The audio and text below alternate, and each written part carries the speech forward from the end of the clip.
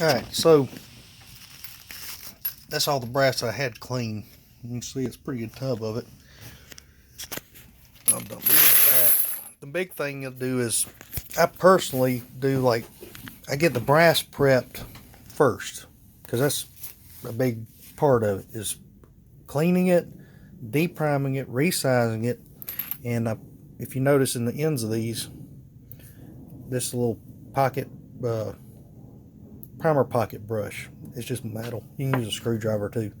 This just gets the debris out of the primer pocket, because seating your primers is a very important step. I'm no expert at reloading, but I'm just showing what I do, because I've seen so many YouTube videos and everybody out there is an expert. I'm not an expert, I just enjoy doing it, and if it helps somebody, and great. Alright, so this is just a little quick change adapter, pulling this depriming and resizing die out. And now the next step we got to do after we've cleaned our primer pockets is clicker in place. I've already got them preset. I'm not going to go through how to preset, how to set them, but all the different manufacturers have these. You just click it in place. This is a number 19 shell holder.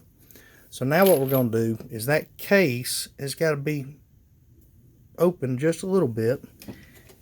And what this hole up here is for is if you have a powder measure that attaches to it, but I don't have one. I don't need it. So we're going to slide it up in there. You'll feel just a small bit of resistance. And to open the bell of the case up, you can kind of see it, I think.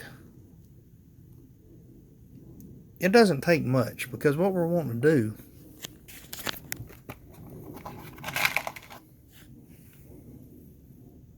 is we're going to want this bullet just to barely sit on there. Now, I've seen people who they open the case up a bunch where the bullet will almost slide down in there. And that's, I mean, whatever you want to do, it don't matter to me. It's your gun, your bullets. But see how it won't fit in them, whereas this one, it'll at least stay. That's going to be an important step in a few minutes.